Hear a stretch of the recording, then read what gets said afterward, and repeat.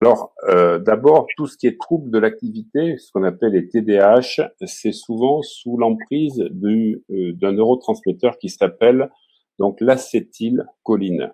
L'acétylcholine qui permet d'augmenter la concentration, qui permet la mémorisation. Et si on a un trouble en acétylcholine, effectivement, on aura du mal à être concentré, à rester attentif. Donc, c'est toujours important de vérifier donc les niveaux d'acétylcholine.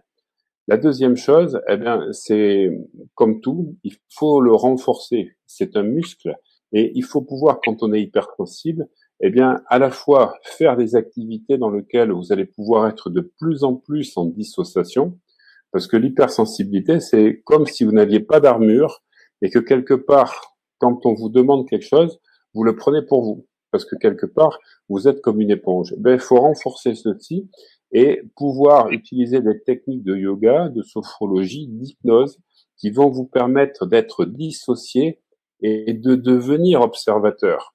En fait, ce qui est intéressant, là, si vous pouviez faire l'exercice, est-ce que vous pouvez vous lever, levez-vous. Donc le prénom c'est Pardon, le prénom était, tac, tac, tac, Sylvie.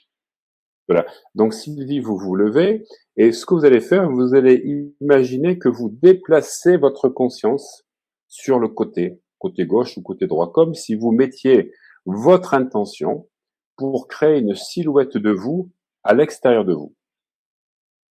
Donc je ne sais pas si on peut voir votre réponse, si vous êtes en train de faire ou pas. Et à partir du moment où vous mettez, ça ce sont des exercices qui avaient été inventés par Gurdjieff dans les années 60. Gurdjieff travaillait beaucoup avec les acteurs et avec Powell en particulier qui avait écrit Le Matin des magiciens. Et il expliquait ces techniques de rappel de soi qui permettent, en projetant sa conscience à l'extérieur de soi et non plus à l'intérieur, de pouvoir ensuite regarder et pouvoir s'observer de l'extérieur, donc devenir observateur. Là, j'ai vu Karine, j'ai vu d'autres personnes tout à l'heure qui m'ont dit bonjour, qui sont à Aix-en-Provence où je suis donc ce week-end, et ce sont des techniques que je vais apprendre de pouvoir devenir observateur, mais pas en fermant les yeux comme on fait en PNL, c'est de projeter sa conscience pour s'observer à partir d'un point de vue différent. Et à partir de là, ben, vous ne pouvez plus être touché dans votre sensibilité puisque votre conscience, elle est plus dans votre corps, elle est à l'extérieur. Alors, je ne sais pas si je me fais bien comprendre, mais ce sont des techniques de méditation active.